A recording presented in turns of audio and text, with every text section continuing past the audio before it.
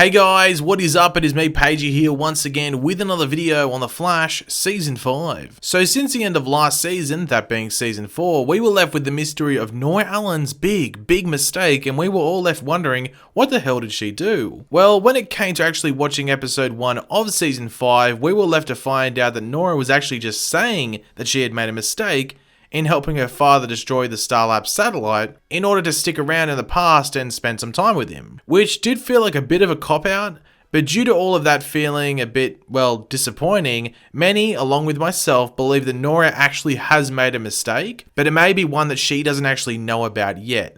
She has already made it, but she might be finding out about it at the same time as the rest of Team Flash, as well as us, the audience. So in this video, we will be going over the option which I have been talking about the most, that being that she brought about Cicada earlier on than she was meant to. And we will also bring up some other theories that have been spoken about by not only myself, but others as well on the interwebs. But of course, because this is a theory breakdown, let me know in the comment section down below your various thoughts on what we go over. Do you believe this theory? Are you completely against it?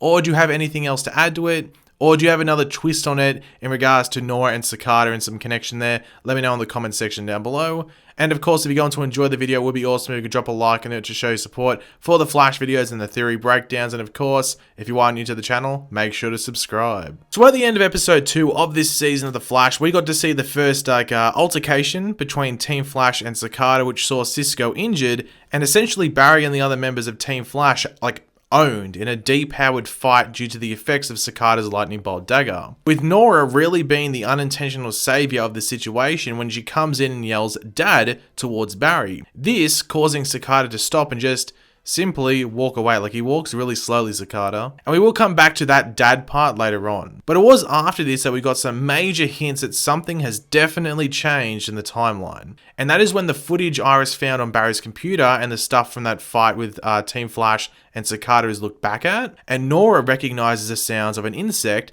that being a cicada. And you can see the absolutely shocked look on her face, as if she knows something is not right and something is just terribly wrong. Now, as we heard back in episode 1, Nora has studied the Flash Museum in the future over and over. She knows everything. She is not only Barry's daughter, but also his biggest fan. In the Flash Museum, there's a chronological timeline of all the Flash's battles throughout history, as well as the villains involved in those battles. The only thing that isn't really included in these descriptions is the villain's real name. So due to this, Nora should know exactly when Cicada comes to prominence. You know, exactly when he starts his onslaught. But did Nora look like a person who was expecting this to happen at the end of episode 2? No, she didn't. She looks scared. So due to this, it is very plausible and just very likely that Nora coming back and interacting with certain events in this timeline has brought about Cicada early. Even something as simple as Gridlock in episode 1, where she says that they take him down and he goes off to prison. Well, he didn't. Cicada stopped all that and killed Gridlock. That didn't happen in Nora's timeline of events in the future. So even at the end of episode 1 and I guess into the beginning of season 2, you could tell that things definitely weren't right with all of that. You can even go back again to the fight towards the end of episode 2 where Team Flash initially takes on Cicada. Shouldn't Nora have recognized him when she saw him? Why didn't she say something like, "Oh no, Cicada," or something like that? Sure, they may have written it so Nora only revealed she only knew what was going on right at the end of the episode for dramatic effect. That could be what's going on there, which I don't really like when they do that because, as I said, it leaves you questioning why she didn't recognize him at an earlier point. But the fact that she didn't recognize him there and then with him holding that lightning bolt dagger was a tad strange. Now, some people have pointed out that Cicada looked at Nora in a shocked way as if he recognized her or something. Now that, in my opinion at least, is due to her saying "Dad." As we know that Cicada's backstory will involve some family separation, to put it lightly. And even in the trailer for episode 3, he does have a similar look towards Cecile when she walks in on him, about to, I think, stab Joe by the looks of it. So it does just seem that Cicada's weakness is family, and tearing that apart and seeing that that's the cause of his pain. Or by the looks of it, that seems what the cause of his pain is, the separation from him and his family. So maybe just anything around that sort of issue is just a bit of a weakness for him and he just goes away from it. But I'm sure we will learn more and more about that in the episodes to come. So when exactly was Cicada supposed to come to power? Well, that is really hard for us to predict as, well, we have really had no indication about his impact in the future. However, we do have a massive clue as to why he is here right now. And that actually comes down to his weapon of choice, that being his lightning bolt dagger. Now, we have pointed this out in passing in like one or two other videos since the season began. And that is that on Cicada's dagger, like on the handle if you want to call it, you can see the letters LAB, or the word lab. Now, this does appear to be in the same font used in the logo for Star Labs. So yeah, this is all well and good. Cicada stole a Star Labs sticker and chucked it on his dagger. What does this have to do with anything? Well, that doesn't seem to be what has happened here. This dagger that Cicada has seems to be the thing that is infected with dark matter, not Cicada himself. He just seems to be normal. You can see he's all like scarred up from previous encounters along with that one he had with Gridlock. And yes, I know, just because you are a metahuman, that doesn't mean you have like regeneration abilities, but he doesn't seem to like present any other ability other than his connection to this dagger. That seems to be the thing doing literally all of the work and all of the damage. But when you think about the most recent thing that involved dark matter and Star Labs on the show before this season, what do you think back to? That's right, the satellite incident. Now that was filled with dark matter that was a Star Labs satellite, and then when it was punched, it was sent all over Central City. So it seems that is where Cicada found his dagger. It's actually like a shard of the Star Labs satellite that was infected with dark matter. And it doesn't come as too much of a surprise that he shows up with the dagger just a day or so after the satellite was destroyed and spread all over Central City, because episode 1 was set within 12 hours after the end of season 4.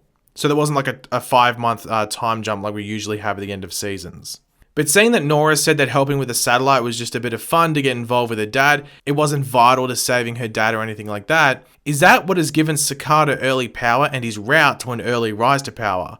Well, yeah, it does seem that way. In theory, you would think that in this week's episode or the next few episodes to come, we will find out exactly when Cicada was supposed to show up and, be a pain in the ass, in comparison to like when and how he has shown up now. It wouldn't surprise me in the slightest if we see like a different looking Cicada in the future either. Maybe he's meant to look older like he does in the comics. Because as we said earlier, Nora didn't make any reference to him when she stopped him from killing Barry in that initial fight. She just thought it must have been a random metahuman or something. So it didn't seem she recognized him from looks, just from the audio at the end of the episode. And even he was holding the lightning bolt dagger and she didn't recognize that either. So there's a bit of a question mark around that whole scene in general, to be completely honest. As we know, this week's episode is called The Death of Vibe, and it does seem like this is where we are going to start seeing things essentially like completely unravel in regards to the timeline as Cicada goes around doing his thing. Now, I think we all know that Cisco isn't going to die in this episode, but the likelihood of him losing his powers is extremely high. Obviously, we saw what happened to him at the end of episode 2, which seemed to cause like a massive leak on his powers and make them work in a bit of a different way in regards to his vibing. So if Cisco isn't meant to lose his powers at any point in Nora's timeline of events from the future, then we have another strike against Nora in regards to mistakes, because something's happening now that wasn't meant to happen. And then there is also the creation of metas for this season that possibly weren't meant to be, as Vanessa Jansen, aka Block from episode 2, did say that she only recently got her powers. So it's going to be interesting to see who else shows up this season with newly acquired abilities that could have been due to the satellite incident from the end of season 4. But yeah, as I've been saying since the end of episode 1, there was no way that Nora could have come back here, spent time in the outside world, and not caused any changes to the timeline, aka a mistake. And I, for one, am happy, as it shows that the writers are hopefully dealing with time travel correctly, unlike season 3 where it was just all over the place. Now, I might be jumping the gun in regards to thinking that, but to me it does seem that things are being lined up in a way that does seem that this is where they are going.